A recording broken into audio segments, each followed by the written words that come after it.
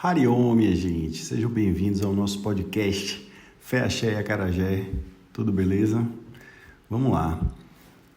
Então, hoje o nosso podcast ele é um pouco dedicado a essa imagem de Ganesha, que vocês devem estar acompanhando aí lá no Instagram, quem acompanha já vê que eu sou devoto de Ganesha, né? E aconteceu uma história inusitada uma certa vez, que um casal de amigos veio aqui em casa e eles me viram acender uma velinha para Ganesha, porque eles me contaram algo a respeito da vida deles e eu comentei assim, então que tal se a gente, acendesse uma velinha aqui para poder remover esses obstáculos, né, que a gente possa alcançar tudo. E eles ficaram muito impressionados com isso. Não que isso tenha me deixado magoado, tá? Mas principalmente quando a esposa do meu amigo, ela comentou no ouvido dele baixinho, mas ele viu que eu tinha reparado e comentou comigo, né? E aí falou, cara, como é que você consegue louvar uma imagem que tem uma cabeça de um elefante, o corpo de criança, enfim, né? Todas aquelas coisas. E isso me deixou um pouco curioso. Eu fui estudar mais ainda, né? Por quê? Porque eu queria preparar um papel aqui bonito para poder falar para vocês um pouco mais de tudo que Ganesha representa. Para mim, para onde as pessoas louvam a Ganesha e tudo mais. E uma versão, né, do conhecimento em português, quem sabe aí, né, para aqueles que são curiosos também. Então vamos começar. Gana, né, que é a primeira estrofe, isso é a sílaba do nome Ganesha aí. Em sânscrito ele significa multidão. Isha significa senhor. Então, em geral, Ganesha significa Senhor de todos os seres. Ganesha, o primeiro filho do Shiva, né, do Senhor Shiva, vamos dizer assim, representa, né, Shiva representa a realidade suprema. O filho de Shiva simboliza aquele que se tornou consciente da realidade, aquele que descobriu a divindade em si. Tal homem é tido como o Senhor de todos os seres. Ganesha também é conhecido por outros nomes, tá? Então você vai ver as pessoas falando Ganapati, Gadjanana, Vinayaka, Vigneshvara. Então todos esses são nomes de Ganesha, né? Ganapati, né, tem o mesmo sentido literal de Ganesha. Gadjanana significa face de elefante, enquanto que, né, Gadya quer dizer elefante, Anana, face. Vinayaka significa o líder supremo, literalmente aquele que não possui nenhum líder. Ele se conduz durante a sua permanência na vida, né? Sua presença de vida é de se autoconduzir, vamos dizer assim. Vigneshvara é o senhor de todos os obstáculos, aquilo que eu falei lá em cima, sempre reverenciado no início de todos os rituais e cerimônias, para abrir os campos, né, derrubar aquilo que está evitando, né, que a vida se renove, vamos dizer assim, e que também supera todos os desafios da vida, em outras palavras, tá? A gente vê na imagem de Ganesha que uma de suas presas ela está quebrada e que ele possui um estômago visivelmente largo. Ele senta com a perna dobrada, a outra não. Aos seus pés, variedades de comidas espalhadas. E um rato, que é o veículo de Ganesha, né, senta próximo dos seus pés, olhando para cima como se fosse perguntar ao Senhor Ganesha uma sanção para comer a comida. Essa forma mística do Senhor Ganesha representa não somente o estado supremo da perfeição humana, mas o caminho para alcançar esse estado. Tá tudo ali na imagem, tá, gente? às vezes a gente só vê a imagem dele segurando alguns objetos e tudo. Mas se você vira a imagem completa de Ganesha, ela contém todos esses detalhes, tá certo? Que eu falei para você aqui, né? As orelhas grandes. O que é que significa essas orelhas grandes? Que ele já havia adquirido conhecimento prévio por escutar o conhecimento das verdades eternas dos Vedas e refletir e contemplar sobre os mesmos conhecimentos que ele foi absorvendo. Então entra também numa máxima, né? A gente tem 2 ouvidos e uma boca que é para ouvir mais do que fala, né? Até para começar a falar a gente precisa absorver bastante conhecimento, tá? Então sua tromba simboliza seu intelecto, a faculdade de discriminação que todos nós seres humanos possuímos. É aquilo que aflora a partir da sabedoria. O intelecto, ele discrimina a faculdade de discernimento ou aquela habilidade de julgar capacidades no nosso ser. Um ser realizado como Ganesha é aquele que detém ambos seus intelectos, grosseiro e sutil, desenvolvidos. Ele possui pleno conhecimento do conhecimento terrestre e do conhecimento transcendental. E vocês vão ver. A tromba de um elefante possui essa capacidade de executar atividades grosseiras e sutis. O elefante pode levantar uma árvore pelo tronco com ela e com o mesmo aparelho coletar uma agulha que se encontra no chão. Uma chave inglesa que é apropriada para uma locomotiva e obsoleta para manusear um relógio de pulso. Percebe? A tromba do elefante é uma exceção a essa regra. O ser humano precisa aspirar a um estado em que ele possa adentrar a realidade material e a espiritual. Um ser de tamanha perfeição, então enraizado na sabedoria suprema e não vitimizado pelos seus gostos e desgostos, Raga Dvesha, né? Como é mencionado muitas vezes no Vedanta. Ele não balança com acordos e desacordos circunstanciais, prazerosos e desprazerosos, ambiente bom ou ruim. Em outras palavras, ele não se vitimiza pelos pares de opostos causados pela mente. Calor ou frio, alegria ou tristeza, honra e desonra não o afetam ou até mesmo o influenciam. Ele transcende as limitações dos opostos do mundo. Ele é Dvanda Atita, que quer dizer além dos opostos. Essa ideia é representada nas presas, onde uma delas está quebrada. O homem não deve sofrer a influência desses pares de opostos e sim superá-las, simplesmente não agindo pelos seus gostos e desgostos. Esse é o pior inimigo do ser humano. Quando o ser supera a influência desses pares de opostos em si, ele se torna um Ganesha. A barriga larga de Ganesha significa que um ser de perfeição pode consumir e digerir qualquer experiência que ele sofra.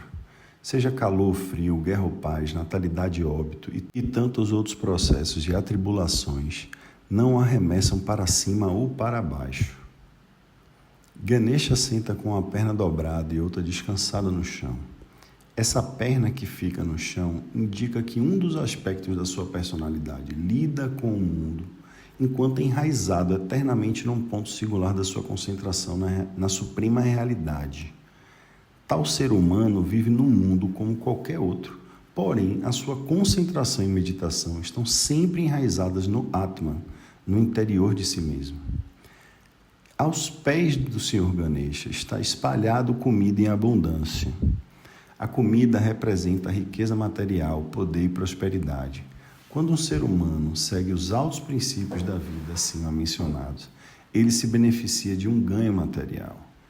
Ele os controla sem ter uma atitude de indiferença em relação a elas. Ao lado da comida tem um ratinho olhando para cima na direção de Ganesha. O rato não toca a comida, mas sim espera pela sanção do mestre para poder desfrutar das benesses. O rato representa o desejo, pois ele possui uma boca pequena e dentes afiados.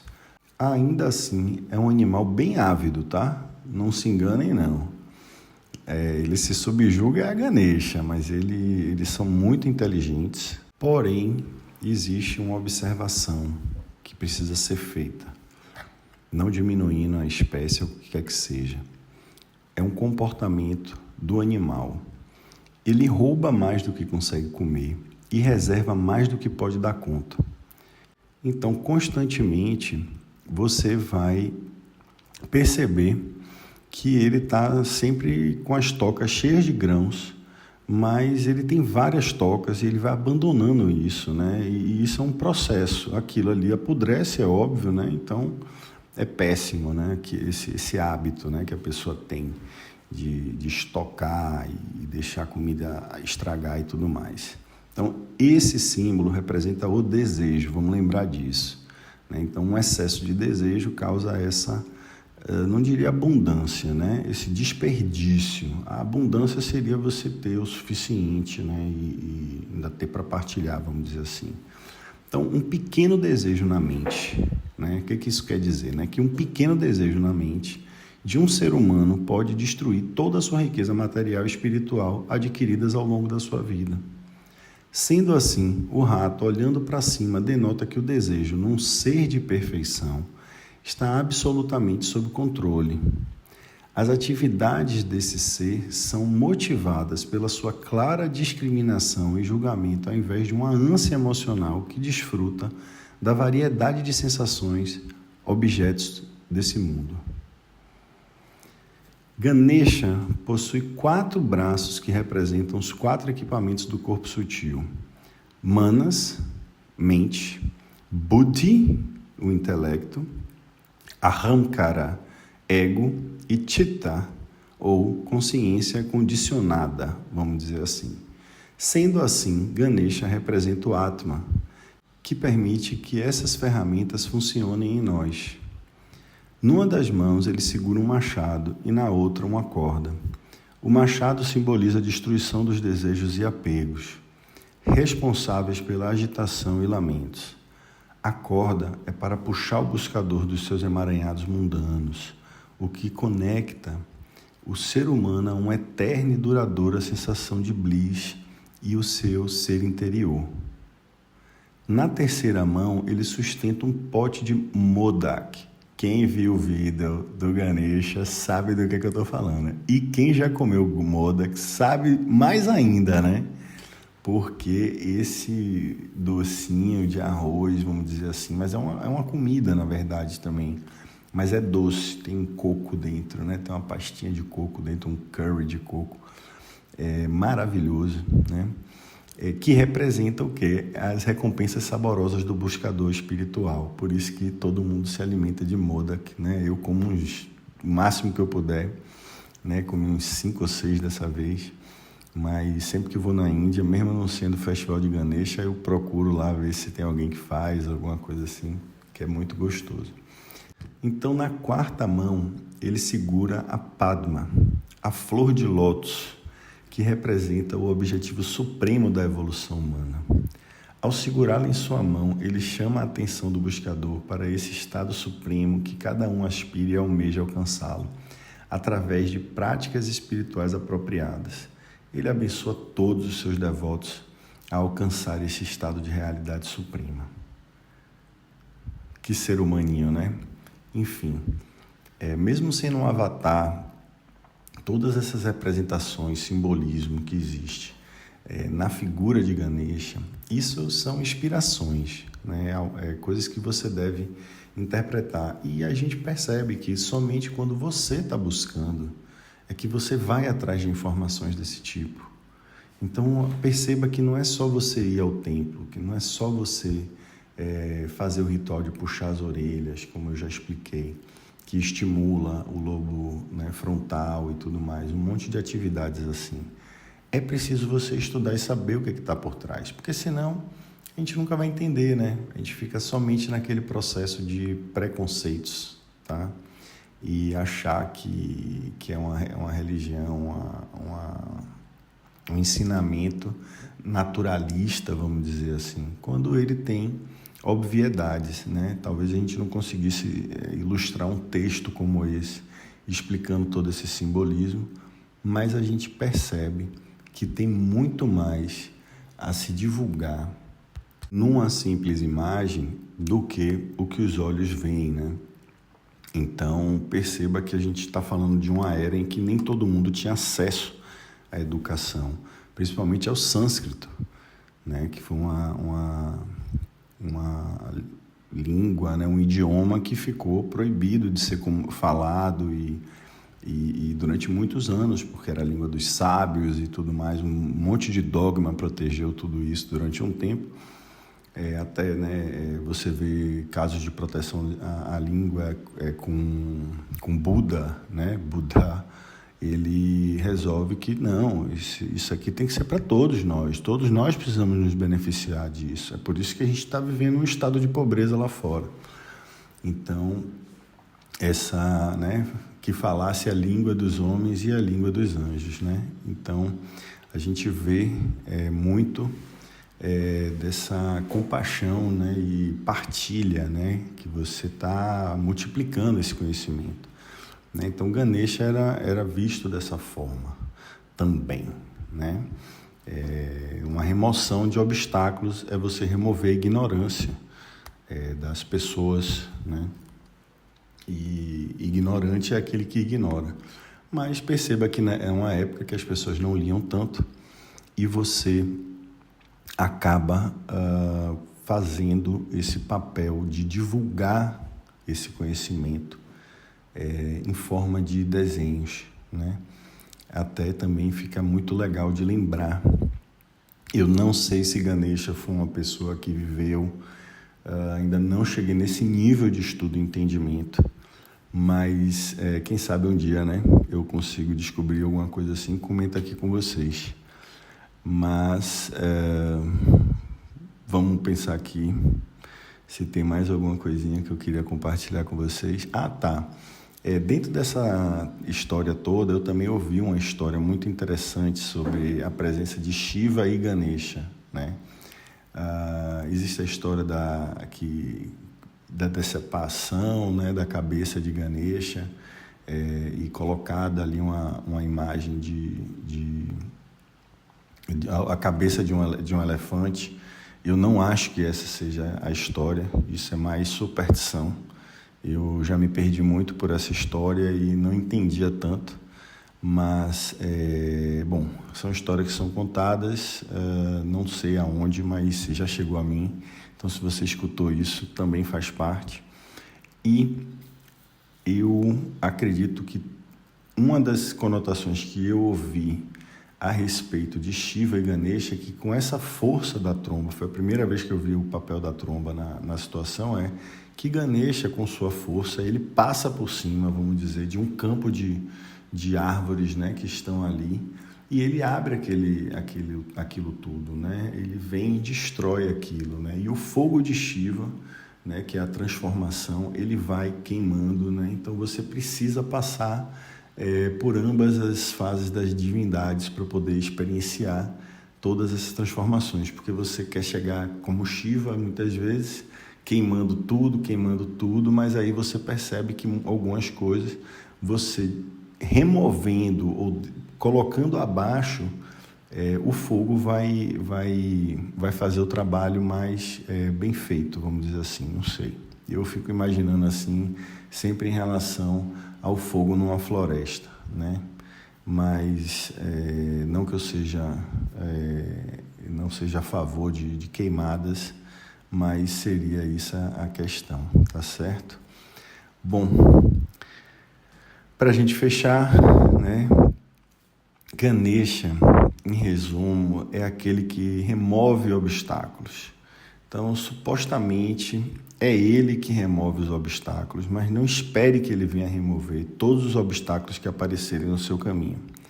Ganesha tinha uma cabeça imensa, afinal, eles removeram a sua pequena cabeça e puseram a cabeça enorme nele. Supostamente, ele deve ter sido muito inteligente, bem como muito equilibrado, tá, gente? Mas no equilíbrio da dança cósmica, não é uma coisa estática, é um caminho, é uma oscilação entre né? Entre o dual, né? Que você percebe que, como eu falei, ele domina muito, né? Então, se você mantiver uma inteligência afiada, seu intelecto afiado e trabalhar nisso, bem como se tornar, né? Ter uma estabilidade nas suas ações, uma disciplina, repetição, buscar aperfeiçoar cada movimento que você faz. É visível isso, que a gente, desde pequeno, a gente aprende, a gente se aperfeiçoa, né? Desde o engatinhar. A gente engatinha muitas vezes até a gente começar a ficar em pé, né? Então a gente engatinha o dia todo, a gente anda o dia todo, a gente faz tudo com repetição, a gente vai se aperfeiçoando naquilo. E não deve ser diferente quando você está nutrindo o seu intelecto, né? Então o que eu quero dizer é que se você mantiver, né, se você se mantiver equilibrado e alcançar uma inteligência afiada, todos os obstáculos da sua vida naturalmente irão se dissipar. Para mim, como me foi passado pelos meus professores e mestres, é isso que Ganesha representa. Minha gente, adorei falar com vocês. Espero ver vocês. Segunda temporada está aqui, firme e forte. E vamos para o próximo episódio. Harion!